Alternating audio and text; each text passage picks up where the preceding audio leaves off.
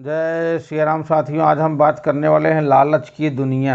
हाँ, तो हम आगे बढ़ते हैं। एक दिन एक गांव की एक बहू सफाई कर रही थी। मुंह में सुपारी थी, पी के आया तो उसने गलती से यज्ञ वेदी पे थूक दिया। उसे आश्चर्य तब हुआ जब उसका थूका वर्ण में बदल गया। अब तो वह प्रतिदिन जानबूझकर थूक वेदी में थूकने लगे। उसके पास धीरे धीरे स्वर्ण बढ़ने लगा। महिलाओं में बात तेजी से फैलती गई, इसलिए कई और महिलाएं भी अपने अपने घर में बना यज्ञ वेदी में थूक थूक कर सोना उत्पादन करने लगी। धीरे धीरे पूरे गांव में यह सामान्य चलन हो गया। सिवाय एक महिला के, उस महिला को भी अनेक दूसरी महिलाओं ने उस्काया, समझाया, अरे तू क्यों नहीं थूकती। उसने बोला कि यह बात है कि मैं अपने पति की अनुमति के बिना यह कार्य हरगिज नहीं करूँगी और जहाँ तक मुझे ज्ञात है वह अनुमति नहीं देगी। किंतु ग्रामीण महिलाओं ने ऐसा वातावरण बनाया कि आखिर उसने एक दिन रात डरते डरते अपने पति को पूछ ही लिया, खबरदार, जो ऐसा किया तो यज्ञ वेदी का क्या थूकने की चीज़ है। पति की गरजदार चेतावनी के आगे बेबस वह महिला चुप हो गई। पर जैसा वातावरण था और जो चर्चाएं होती थी उनमें वह साध्वी स्त्री बहुत व्यथित रहने लगी।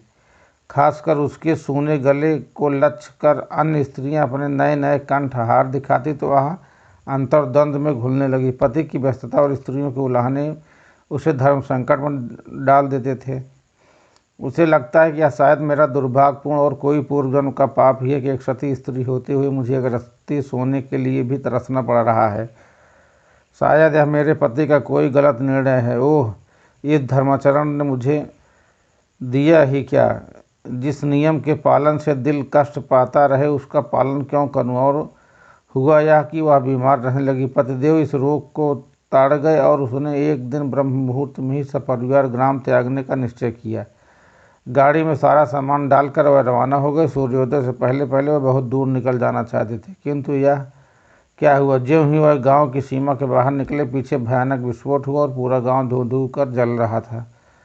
सज्जन दंपति अवाक रह गए।